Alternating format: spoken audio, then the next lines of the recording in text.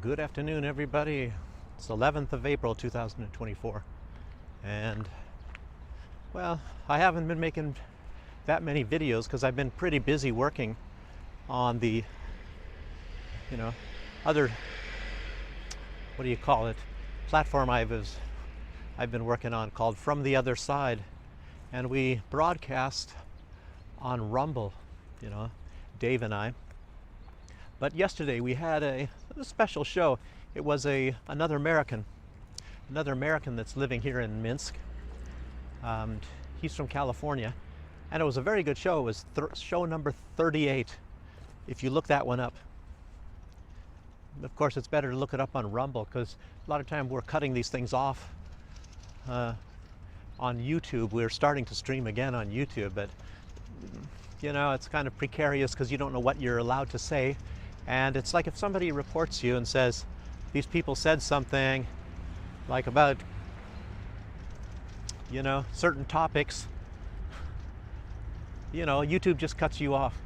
They don't give you any chance whatsoever. And then they might look at it, or some AI sort of a thing will look at it and say, yes, well, we found out you were a bad boy and you talked about a topic that we don't like people to talk about. So, yes, you get a strike, and we remove that video. So that's how that is. And as you see, we have spring here now in Belarus. Very nice.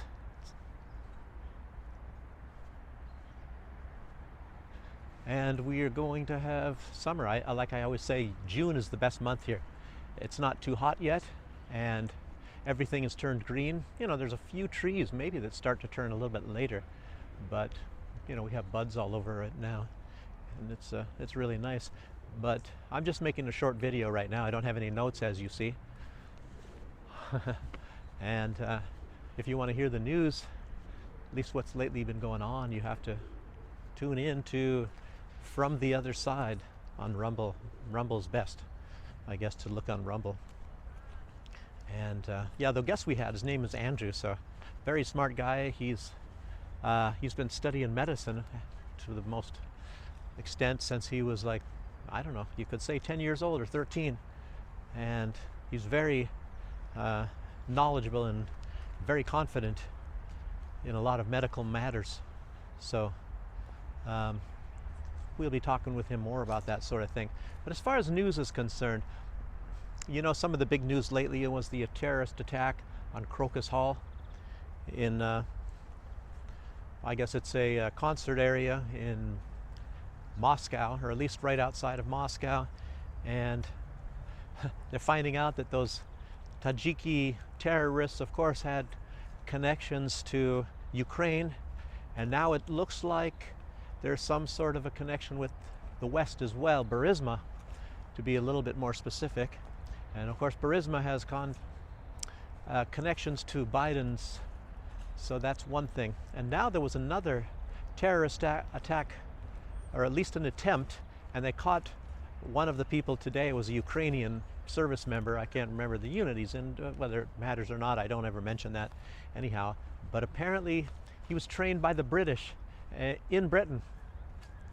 And he came and he confessed that, gave a lot of information to it as well. But we've already heard that Great Britain has been training terrorists to conduct activities against Russia. So this might have some very serious implications sometime soon. It's only a matter of time when they're going to go too far, and Russia might make some sort of attack on Great Britain. And you see what's happened in the Middle East. Israel struck the Iranian consulate, which was right next door to the Iranian embassy in Damascus, and Iran has vowed that they're going to retaliate.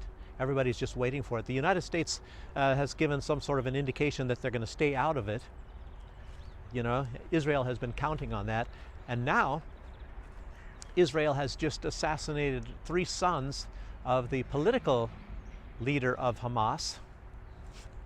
And I hadn't seen it on a lot of sites or anything yet, of course. but that's going to be coming around to haunt Israel too. It just really makes you wonder why Benjamin Netanyahu is going so far. You know, your guess is as good as mine. So that's going to cause some big troubles.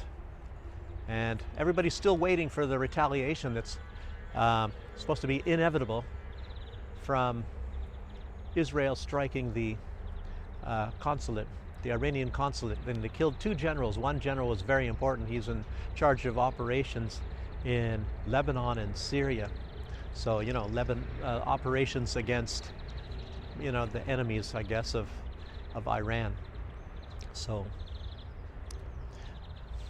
and of course the markets have been going a little bit crazy economically because of these sort of strikes. So it's going to be fascinating to see what happens.